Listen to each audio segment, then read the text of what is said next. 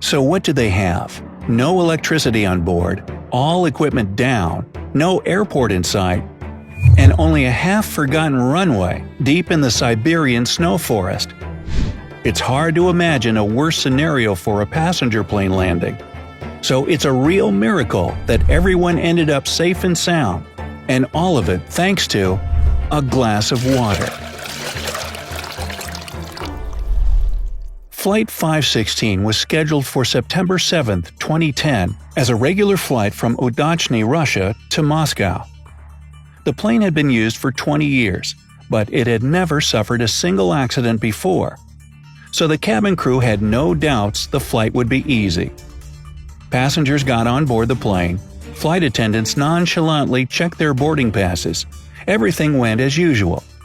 The first pilot greeted everyone, and the flight began. The crew noticed the first signs of trouble when the plane was over a small town of Uzinsk in Siberia. The electronic equipment started acting abnormally, but the pilots shrugged it off as a nuisance and continued the flight. Air traffic control also neglected the problem. The aircraft captain, Yevgeny Novosolov, made an announcement for the passengers to remain calm. The plane was going through a slight turbulence, and the flight could get a little rough for a short time. And it worked. There was no commotion on board. The people trusted their pilot. However, just 8 minutes after the announcement, the lights in the cabin went off. Only the flight attendants paid any attention to it, believing everything was all right. In the cockpit, though, the situation immediately became desperate. It wasn't just the lights that shut down. All the electronics on board suddenly went out, basically leaving the pilots to their own devices. Without the equipment, the plane became crippled. It was still operable, but all the navigational systems refused to work. The radio went offline, and the fuel transfer pumps were also lost. This resulted in pilots having to navigate using only their visuals, and the fuel that remained usable could only keep the plane in the air for about 30 minutes. The situation was critical. The time was not enough for the flight to get to the nearest airport, even in otherwise perfect condition. But with all the electronics gone, finding a good spot to land, and land there safely, for that matter, was next to impossible. The pilots had to use all their experience and expertise to keep the plane steady.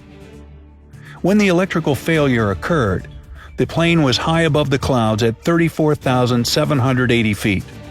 The crew had to get below the curtain to see the ground in case they needed to make an emergency landing, but also to turn on the auxiliary generator that couldn't function at high altitudes. Without any means to control the angle at which they descended, they used an old and almost forgotten trick: a glass of water put on the control panel. Taking turns, the pilots watched the water in the glass and measured the angle of descent by its incline. This perfectly simple but genius solution made it possible to get as far down as 9,840 feet, at which level the pilots were finally able to try and switch on the generator. As misfortune would have it, the attempt failed. No electricity still. The crew didn't lose hope though, and as they could see the ground now, they scanned it for a place to land. As Captain Novosolov later said in an interview, it was a pure stroke of luck that they saw a landing strip near the town of Izma. It was an old airport that had been abandoned for a long time, and closed for any aircraft except helicopters. No radio, no air traffic control, nothing was left there, except one man, Airport Supervisor Sergei Sotnikov. All in all, what happened in the next few minutes can only be described as a miracle. You see, despite the abandonment of the airport, Sotnikov, of his own will, kept the runway in a good condition for all those years. He cut down the emerging brush, swept away garbage, and even drew the runway marking when it failed. That's why the pilots of the unfortunate plane were able to notice it in the first place. And you could only imagine their surprise at this finding, because this airport was not even on the maps anymore. However, the length of the runway in Isma was only 4,347 feet, while this airplane needs 6,560 feet to land safely. Moreover, the speed which the aircraft was going down was much greater than safety instructions allowed, 236 miles per hour against the safe 168. That was because the flaps could only be controlled via electrical switches. All odds were against the cabin crew of the plane, but now they at least had a chance. They didn't need to land in the forest any longer, risking the lives of everyone on board, so they used the sudden opportunity to their advantage. It took the airplane 3 attempts at landing before it finally hit the runway. The first 2 ended in the pilots returning the aircraft for another circuit. They assessed all the risks and were very careful in their actions. As it was later noted in the official investigation, this carefulness might have saved dozens of lives. Before the last attempt at landing, all passengers and the cabin crew were transferred to the front of the plane to be ready for an emergency evacuation. And there was still no panic. As the crew recalls, everyone was calm and serious, absolutely understanding that something big was going on and their lives were at stake. People were waiting patiently in their seats and didn't make a sound. Finally, the pilots committed and brought the plane down on the runway. The landing gear almost went ablaze from the friction, but still it didn't help the plane to stop before the runway ended. The aircraft ran through all of it and rammed into the forest, going another 520 feet before stopping completely. The trees damaged the plane, but also slowed down its advance, which was part of the miracle. The machine came to a screeching, bumping halt. The emergency escape slides were dispatched, and all 72 passengers, along with all 9 crew members, safely went down to the ground. None of them were even slightly injured.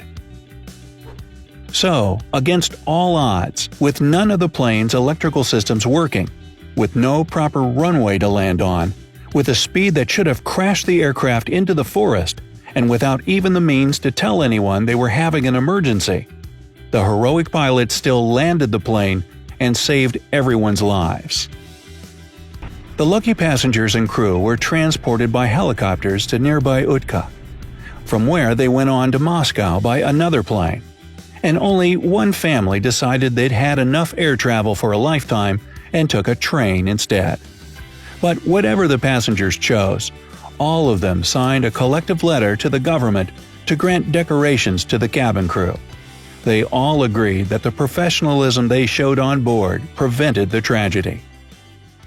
On October 8, 2010, a month after the event, Sergei Nogoslayev and his co-pilot Andrei Lamanov were made heroes of the Russian Federation, while the rest of the cabin crew received the Orders of Courage.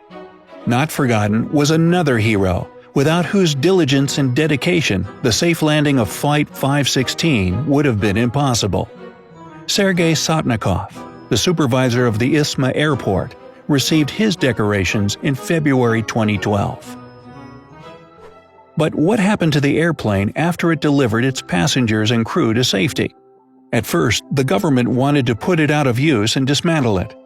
The arguments were that even if the aircraft were repaired after all the damage it received, it would be unable to take off from the runway in Isma. It was still too short for such a big and heavy airplane.